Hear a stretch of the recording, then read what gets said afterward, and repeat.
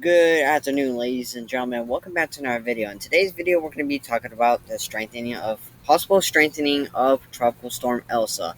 Before we get started to this video, I ask that you stay with your local meteorology for you guys' safety on this storm. And make sure you like this video, subscribe, and if you choose to subscribe, make sure that post notification bell, and make sure you share this video with your family and friends. So right now we are currently talking about Tropical Storm Elsa with a potential strengthening as it makes its way into the Gulf of Mexico. Now, one thing that it is battering is dry air right now, which is shear right now. That's kind of hurting it a little bit right now, which is preventing it to form right now. But it seems to be since this morning, the shear is beginning to break up now and making its way off into just moving out of the way of Tropical Storm Elsa. As we make its way into later on tomorrow morning, we could see landfall in the parts of Florida. So now let's get your guys' latest cone track. As you guys can see, right now we are currently looking at our cone that's updated earlier this morning. And as you guys can see that we do have a tropical storm watch, or I meant a hurricane watch for parts of Florida, and tropical storm warnings for parts of Florida. Going into the Keys, the tropical storm warning was dropped from Cuba this morning, and now we're looking at a hurricane watch for just in case the storm does intensify between these two S's right here until tomorrow morning.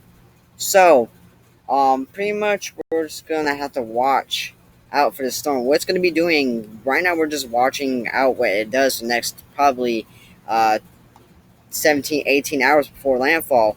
Now, as you guys can see that we have since last night's track, we do have tropical storm watches for parts of the Georgia and South Carolina area.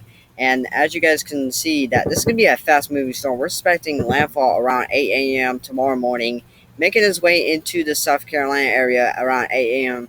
Thursday, and then making its way into the Virginia and North Carolina border by 8 p.m. Thursday.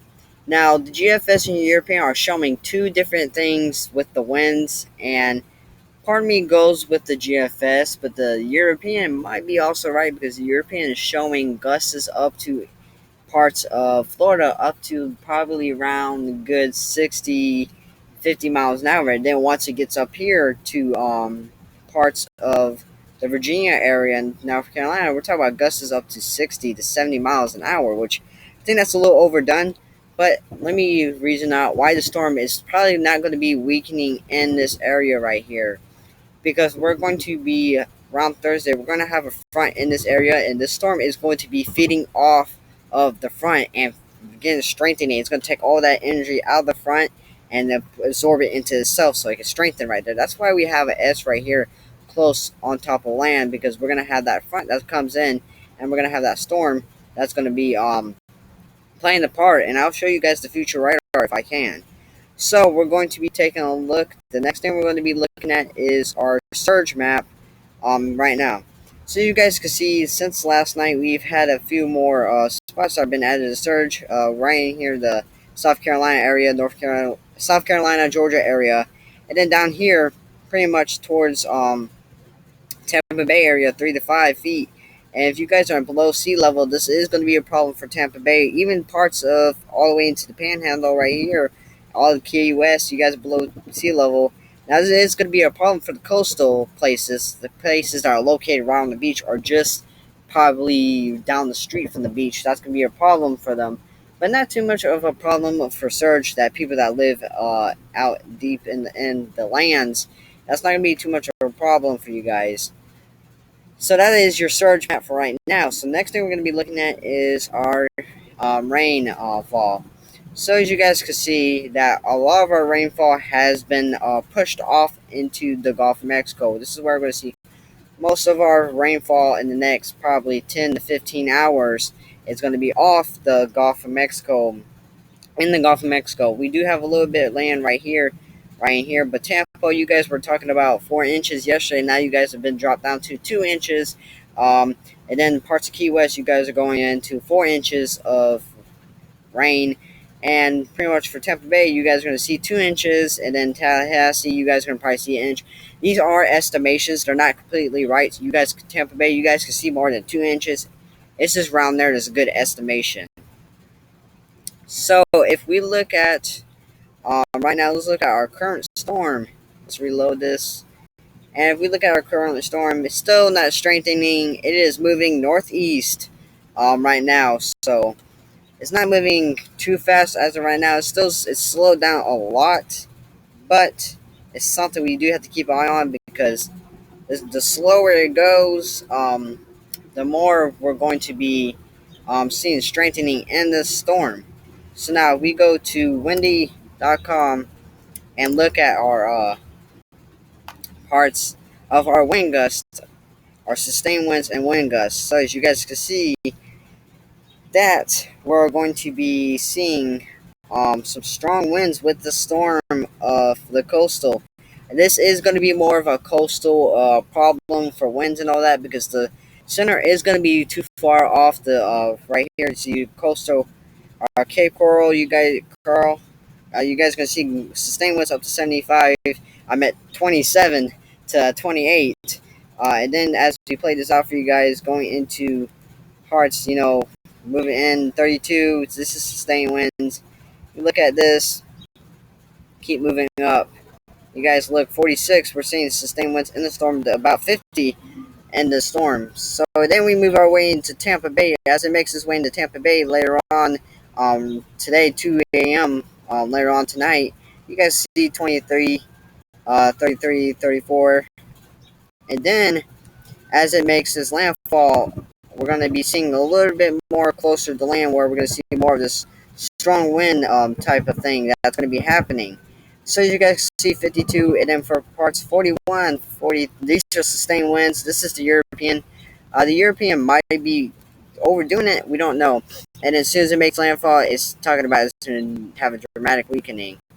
Looking at that, seeing that could be something possible. We got to see. Now we look at the GFS.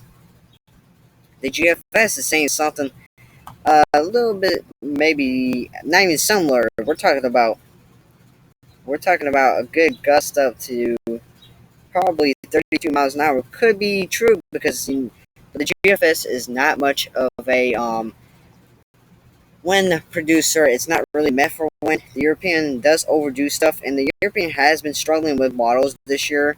It's been having a big problem with these type of models.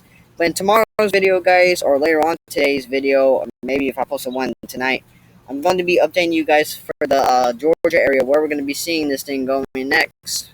Because this might be our last day covering this for the Florida area. Because by the time we wake up, it's going to be making landfall around 2 a.m. tonight.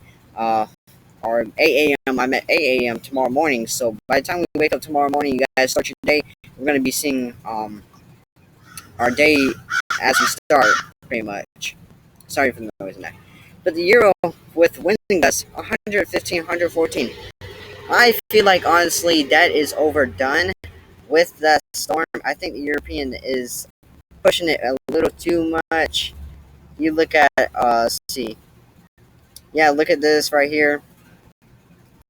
Cape Coral. You guys are gonna be seeing winds 52 around there. So like I said, it's gonna be a coastal problem for parts of right here Tampa. You guys are gonna be seeing you guys' peak of winds around 5 a.m. tomorrow morning, all the way from 2 a.m. all the way up to 5 a.m. with gusts of 51 miles an hour, 48 around there. So, and we look at the GFS for you guys. The GFS shows something completely different, and it says has it fast moving a little bit more. Now the European could be right. It just all depends. I think it's over exaggerating a little bit. GFS and European are kind of agreeing with the wind speeds up here. So, like I said, it's going to be a good wind maker, rain maker. It's our early storm of the year. Normally around August 14th, 15th, even you get your early storms in August, that's when we start to have things pop up and land like crazy. If this thing was to form in August, I think this would be a Category 4 at least, making landfall, just because there's no wind shear in August, there's not too much stuff like that. But if you guys see right now, we are having wind shear mixed up in the storm. If we go back to this model right here, there's wind shear in the storm currently right now, so, or dry air, should I say. Um, it's going to be affecting the storm right now. I think probability for hurricanes probably up to 30% chance, because we still have a good chance.